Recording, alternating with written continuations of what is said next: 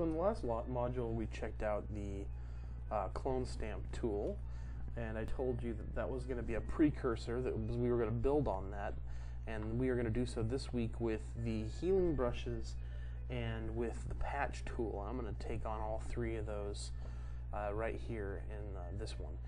Let's actually, we're going to do the healing brush first. So the healing brushes are these little band-aid tools. This one by default on top here is the spot healing brush. I'm going to click and hold on the little arrow to get the healing brush. I want to do that one first. I think naturally that's the one that we should do first. Now the healing brush is similar to the clone stamp in that it is going to require a source. We're going to have to hold Alt to get it define a source. Without that, it'll give me the error message. And it is essentially going to copy and paste. However, this is a little bit different because it's going to use some math. It's going to examine the areas around what I am painting, and it's going to try and blend the pixels for me. So I have this kind of a scratch or a line here. Obviously, I have lots of things going on with this photo that I need to correct, and I'm going to use these tools to fix it. You're going to see how easy it can be. So I'm going to use the healing brush to attempt to fix some of these things. So I'm going to hold Alt, click, and then I'm going to paint.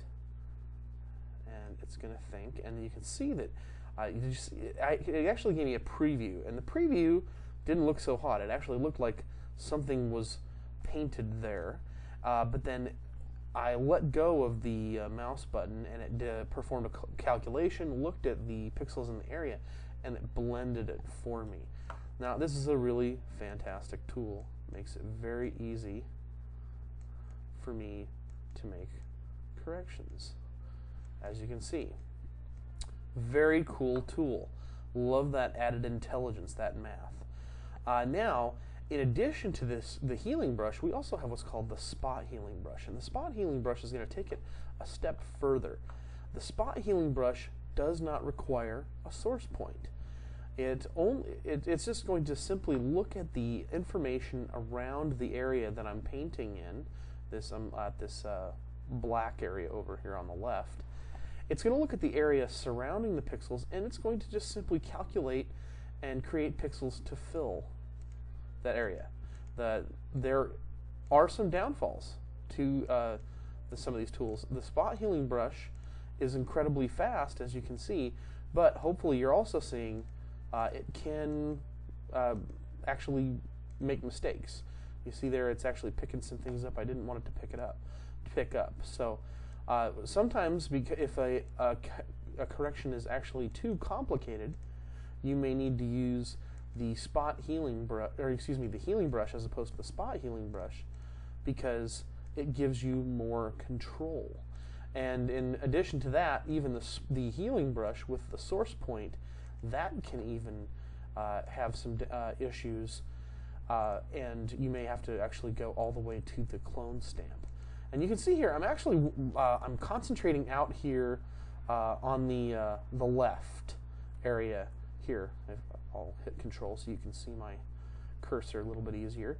I'm concentrating over here, and the reason why is because I know that the closer I get to this face, the more complicated the photograph is, and the more likely that the spot healing brush is going to actually experience some issues. So I'm going to zoom in and show you what happens here. Sometimes it does a good job, other times not so much. Watch what happens when I get too close. See how when I got too close to the face, it pulled in some of those lighter pixels? That's not great. So we're going to go back to the healing brush, select wrong button, select a source point, and now paint in. And because I have more control in those areas, oh, I did it again. Don't like that. Because I have more control, I can make more accurate corrections.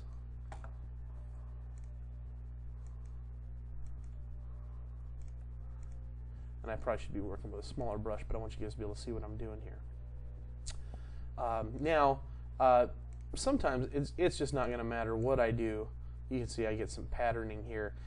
It's not going to be perfect, and you may have to do some custom painting in order to fix some things, but it does a pretty nice job. Oop. Probably get away from that one. There we go.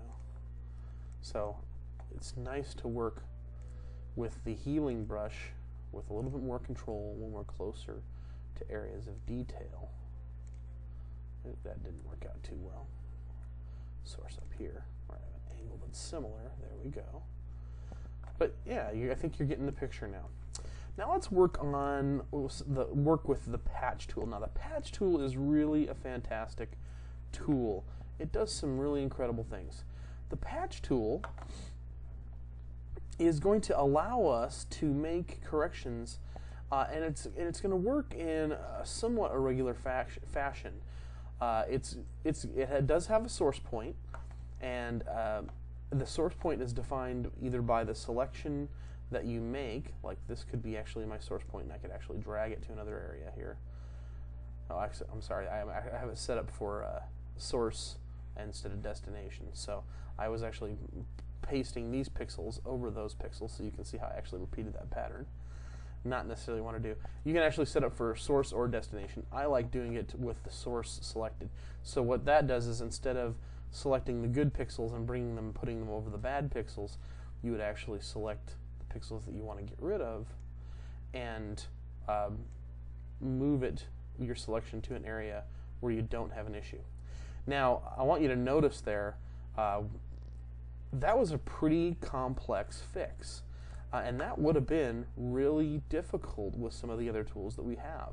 If I had attempted that with the spot healing brush, you can see I'm really having a hard time getting a lot of light pixels down here. Just not working. Not working at all.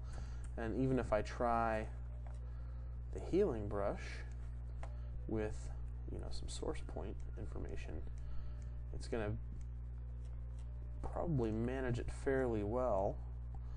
We do have some problems, but still problematic, not perfect. This is where the patch tool is really going to shine. It can handle edges. This edge information here, it's going to handle that very well. We can even see it in the preview. Just click and drag to the area that you want to patch over the bad information, the damaged information. So, very slick tool. The patch tool can be used for a lot of other things as well. We can actually remove bags from underneath people's eyes with the patch tool, smooth out the underneath of the eye. This wasn't a very good example, but if you're doing like a retouch project like we are, this is a great tool to use to just smooth out skin in areas where people have some wrinkles. And then if you let's go back, look at the history. So we had before, so we have now. So really smoothed out underneath that eye. Could even smooth that out a little bit more.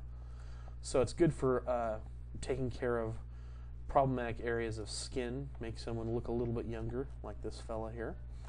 So it's really a fantastic tool. So what I want you guys to try and do here is I'm going to upload this image for you guys. If I don't, someone please remind me.